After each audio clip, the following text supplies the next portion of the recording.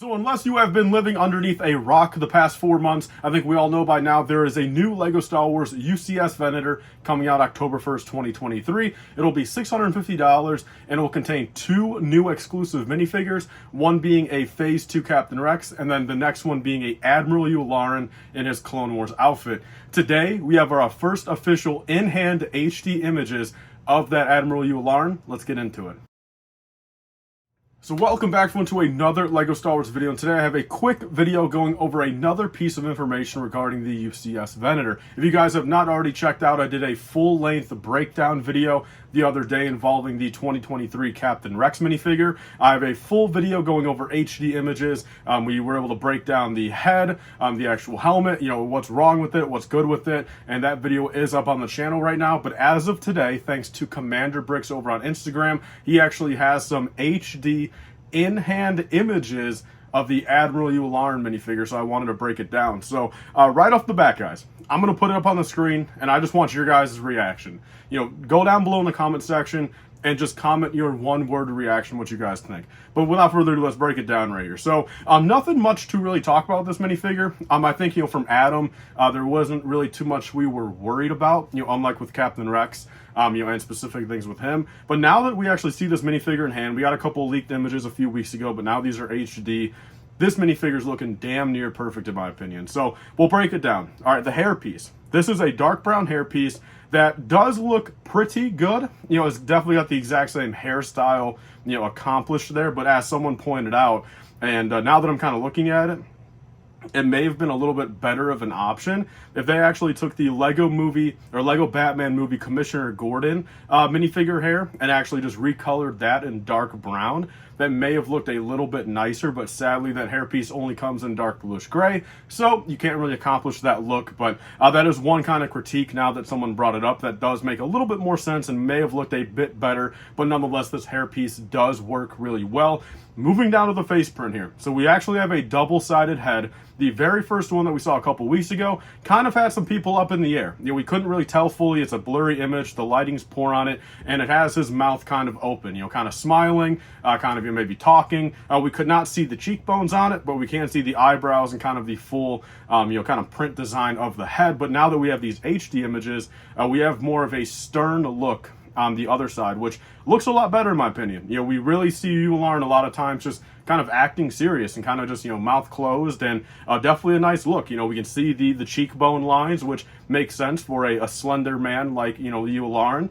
The mustache is about as good as you're going to get for a printed on Lego mustache. And the face print and, like I said, the mouth and everything looks very awesome. I think the only thing for me personally, this does not take the minifigures, point system down for me at all, because it's just the truth of it for minifigures. But one thing that I can tell you about Yularen, and I've realized it with a couple other characters over the years, especially whenever I've been looking for, custom Lego Rick Grimes minifigures from The Walking Dead over the years, one thing that I've always seemed to never just really fully like how these customizers can do them is the actual face on them. Because, like Rick, like Andrew Lincoln, the actor that plays him, like Yularen here, they have very kind of slender, more rectangular, vertical head shapes, more of like an oval shape compared to round. So this is very nitpicky here. Again, does not lower the minifigure at all, but just the only thing visually when I look at this minifigure that I just can't fully get behind, but again, I gotta live with it, is the fact of, again, the face print is on a more round head like a minifigure. Sounds pretty stupid, again, but that does not take my likeness of the minifigure down. It's just one thing that kind of just sticks out to me, I guess, but that's it. Moving down to the torso. The torso is pretty much as good as you're going to get. It actually, graciously has the right amount of little badges on it. It's got the 3 red, the 2 blue. Luckily, Lego did not mess that up, especially on a $650 UCS set. The print line's pretty much as good as you're going to get. It's got all the different lines. It's got the little belt buckle. It's got the little silver thing next to the belt buckle. And then the arms, dark bluish gray. The hands are black. Really the only thing for the arms, but again, I'm not going to critique Lego at all for it. They don't do it. They don't set that standard for themselves. But especially kind of comparing this to the 2019 Star Destroyer set, the UCS one, how the crew member in that set did have some arm printing. Okay, and most importantly, again, Yularen's arms are very plain. There's no logos, there's really nothing on the arms. But on the 2019 crew member minifigure, they did actually have the little black, like little cuff lines, kind of something to represent it down towards the wrist, area. Which again, on this Yularen minifigure, if it was something that you wanted to make 1-to-1 accurate, if it wasn't a Lego minifigure, whatever, if it was an action figure, whatever, maybe those would look a little bit, nicer on the arms. But having plain arms, it is what it is. Does not bother me. Moving down to the legs, they did it perfectly. All they got to do, no print needed. Just give us dual molded legs, dark bluish gray and black, and that makes perfect sense. A couple other things to kind of round out this video is, number one, people are kind of, a little up in the air on the color. All I can say to that is, what color did you expect them to do? I mean, olive green is like the closest color they maybe could have done, but also I just don't see how an officer would look good in an olive green color scheme, Lego's regards. I mean, in universe, sure, I think it has much more of a kind of a greenish hue than, say, like blue, as like dark bluish gray, light bluish gray, like, kind of have like little blue hints in them.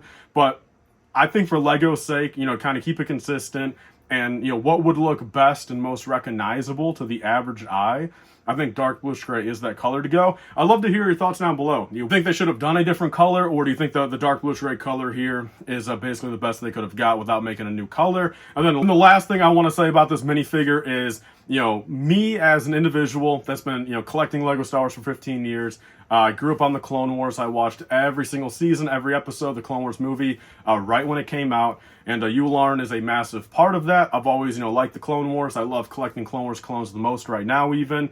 And this minifigure really does mean a lot to me. I think Lego did it basically perfect. I'm going to give it like a 9/8 out of 10.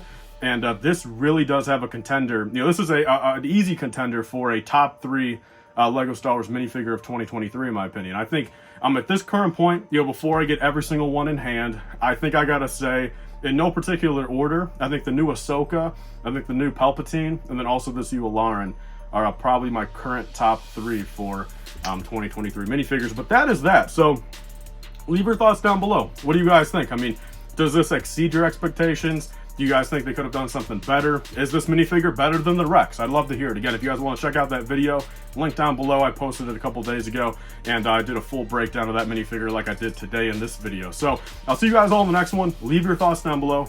Bye, guys, and stay safe.